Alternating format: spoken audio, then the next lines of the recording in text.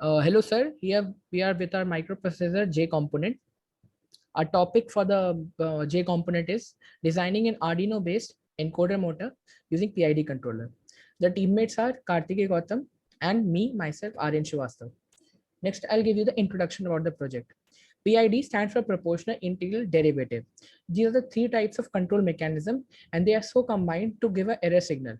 And this error signal is used as a feedback to control the end application.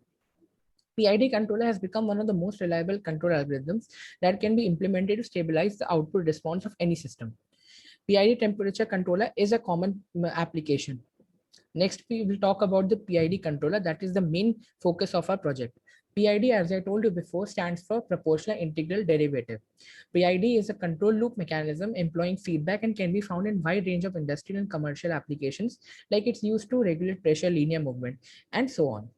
PID controller continuously calculates an error value as the difference between a desired set point and a measured process variable. A common example of PID controller that we see in day-to-day life is the cruise control in a car, where ascending a hill will lower the speed if only constant engine power were applied. Next, Karthikeya will continue. Yeah, next, so sir, we have an encoder motor in a project. So basically, it is a type of rotary encoder that uses a sensor.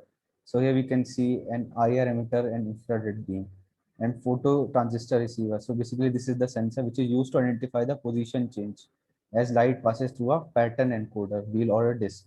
So basically, it calculates the angular displacement of the shaft in a digital format. Next, we have methodology, and these are the hardware and software components in our project.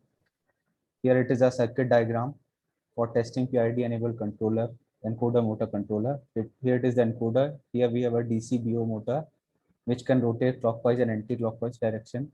Here we have a 9-volt supply, L293D motor IC. Here we have Arduino Uno, and this is a Bluetooth module.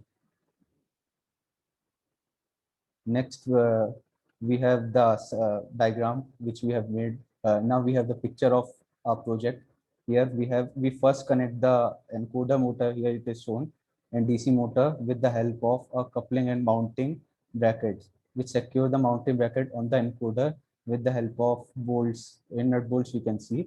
So on the other side of bracket, we glue the DC motor in this way that DC motor shaft is directly connected to the encoder motor shaft. So encoder shaft moves along with the DC motor shaft and continues to give position reference to the Arduino.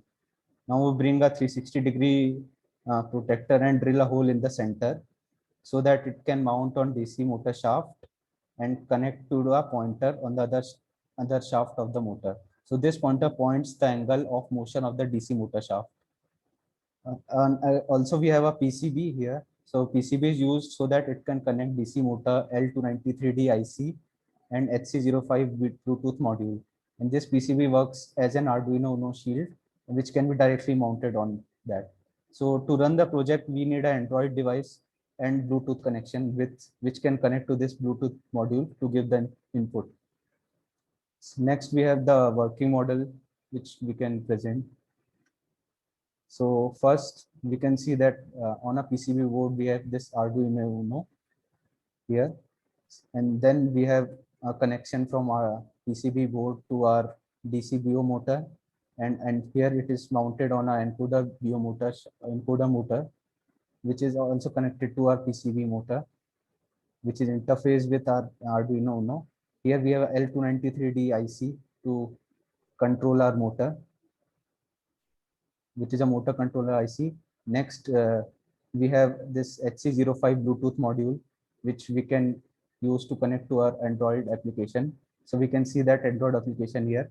We will select HC05 Bluetooth module and we will enter an angle. And after entering that angle, so we can see that here the shaft begins to rotate and it exactly points to the angle which we have mentioned in our app, which was 272 degree. So PID controller helps to control the exact position where the shaft has to stop. Here we can see that at exact 272 degree the shaft has stopped. Now we will mention 90 degree. So at exact 90 degree using PID control mechanism, without any error. It has stopped at 90-degree position. Next, we can also enter other angles like 0 degree we have entered. Now for 0 degree also, we can see that we have got the result. The shaft points exactly at 0 degree. So this PID control mechanism has to control the position. So in this way, we can use this PID control algorithm in various applications. Like Aryan can explain one of them, like cruise control. Yeah. So as we talked before, cruise control is a like common application that we see in day-to-day life.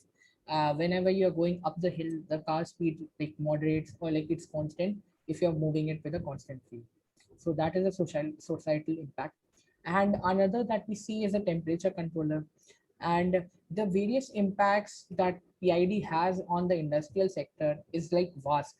PID is the basic component in many machines, and as you can see in our project also, it plays a vital role.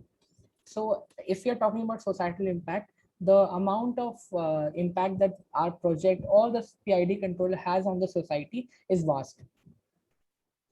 As we seen in the video, this video shows the demonstration of Arduino PID based DC motor, and this project aims at building an Arduino PID to achieve precision position control of the simple DC meter. We have used the Arduino PID calculation. Now Kartikeya will explain further. So yes, we can conclude our project like this.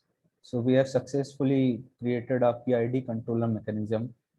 So we have developed this device which can be further used in many applications as told by Aryan. So sir, this was our project. Thank you, sir. Thank you, sir.